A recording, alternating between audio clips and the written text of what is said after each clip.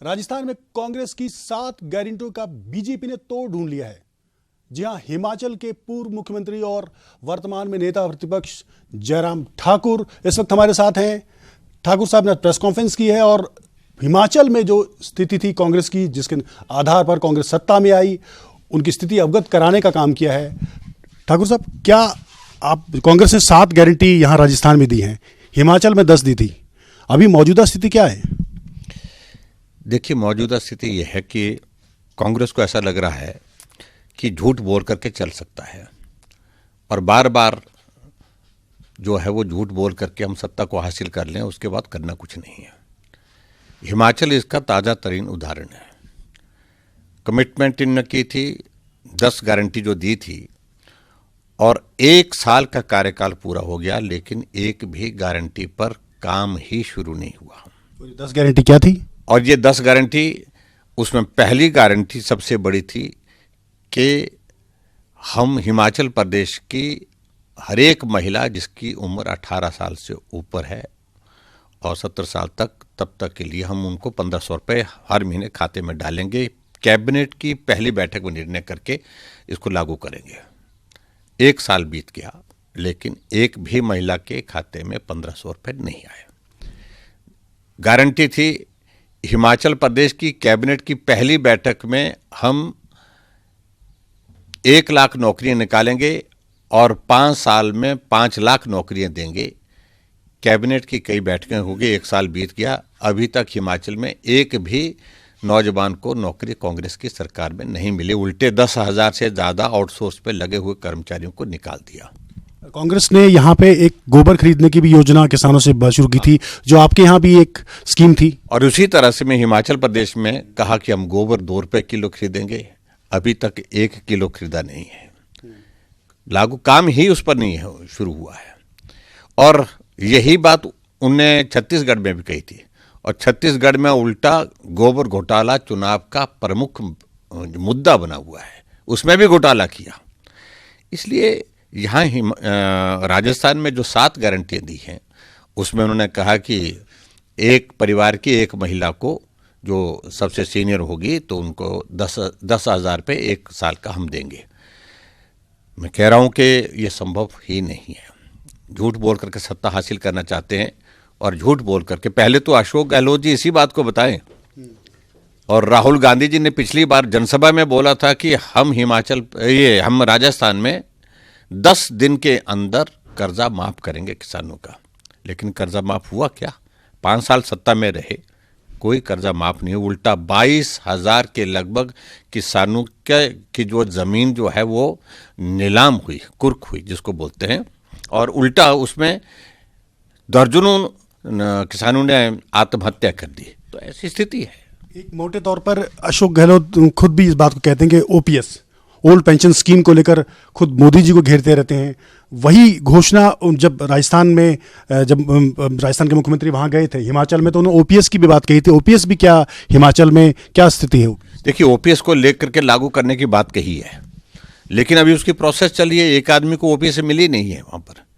1 साल बीत गया, कहा था कैबिनेट की पहली बैठक में ओपीएस हम लागू करेंगे, लेकिन अभी तक ऑप्शन चली हुई हैं। कर्मचारी सोच रहा है जाना है कि नहीं जाना है, हमें किस में लाभ है, इन बातों को लेकर के अभी तक विषय चला हुआ, लेकिन अभी तक ओपीएस हिमाचल प्रदेश में लागू नहीं हुई।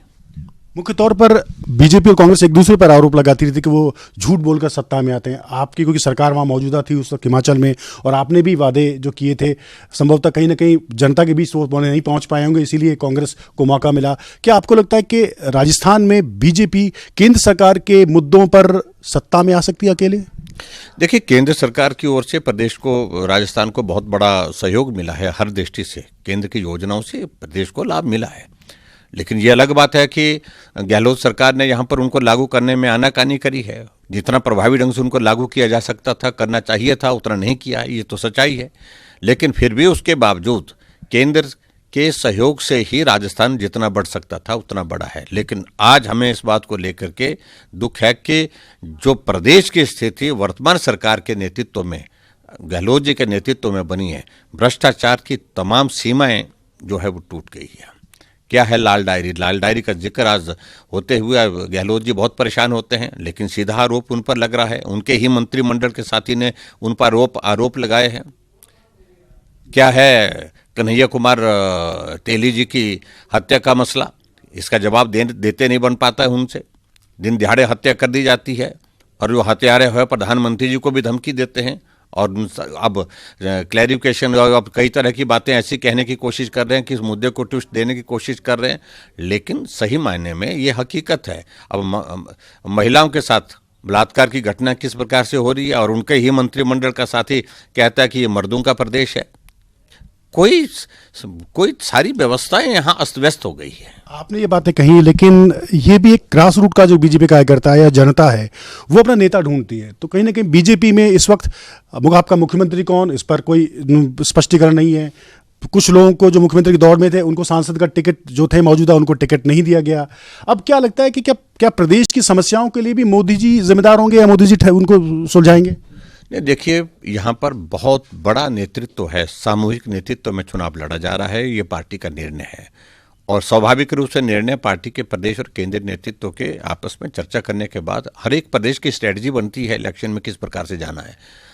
और मैं इस बात को कह सकता हूँ, बहुमत होने के बाद भारतीय जनता पार्टी में एक नहीं अनेकों यहाँ पर सक्षम लोग हैं, नेतृत्व है पार्टी के अंदर, जो प्रदेश को बहुत बेहतर ढंग से चला सकते हैं, आगे बढ़ा सकते हैं। और खासतौर से सबसे बड़ी बात तो नरेंद्र मोदी जी के मार्गदर्शन में देश चलना है। पर क्या वसुंधरा जी का नाम क्यों नहीं? क्या पूर्व मुख्यमंत्री वसुंधरा जी काबिल नहीं है या नए नेता की जरूरत है? ऐसी बात को लेकर के देखिए, हमें अभी चर्चा करने की आवश्यकता नहीं। जब पार्टी के राष्ट्रीय नेतृत्व ने सामूहिक नेतृत्व में चुनाव में जाने का निर्णय किया है, मुझे लगता है कि चुनाव का परिणाम तक इंतजार करना चाहिए। पार्टी का नेतृत्व निर्णय करेगा, अच्छा निर्णय करेगा, प्रदेश आगे बढ़ेगा। आने वाले दिनों में मोदी जी भी यहाँ प्रचार में आने वाले हैं और अमित शाह भी आने, जेपी नड्डा भी, आप भी खुद आए हैं। तो क्या एक तरह से केंद्र के जो नेता हैं या देश के बीजेपी के बड़े नेता हैं वो उन्होंने कमान संभाल ली है? माना ही जाए कि भाई प्रभावी जो प्रदेश के नेता हैं उनकी कमान कमजोर पड़ गई?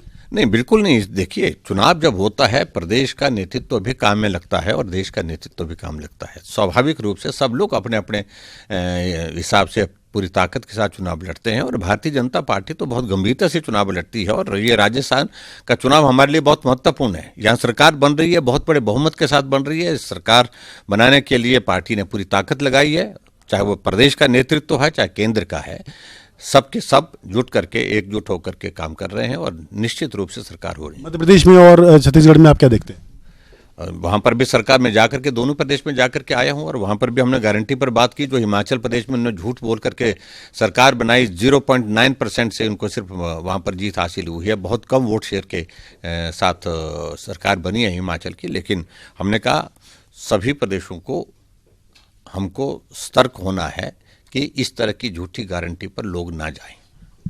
साफ तौर पर जयराम ठाकुर साहब अपनी उपलब्धियों, खास साफ तौर पर जो कांग्रेस ने वादे किए थे 1 साल पहले, उनको हिमाचल में उनको लेकर राजस्थान के अंदर आए हैं। और कहीं ना कहीं बीजेपी ने कांग्रेस की 7 गारंटियों का तोड़ जो है वो जयराम ठाकुर के जो अनुभव है उसके आधार पर प्रचार प्रसार करने की तैयारी में लगी हुई है।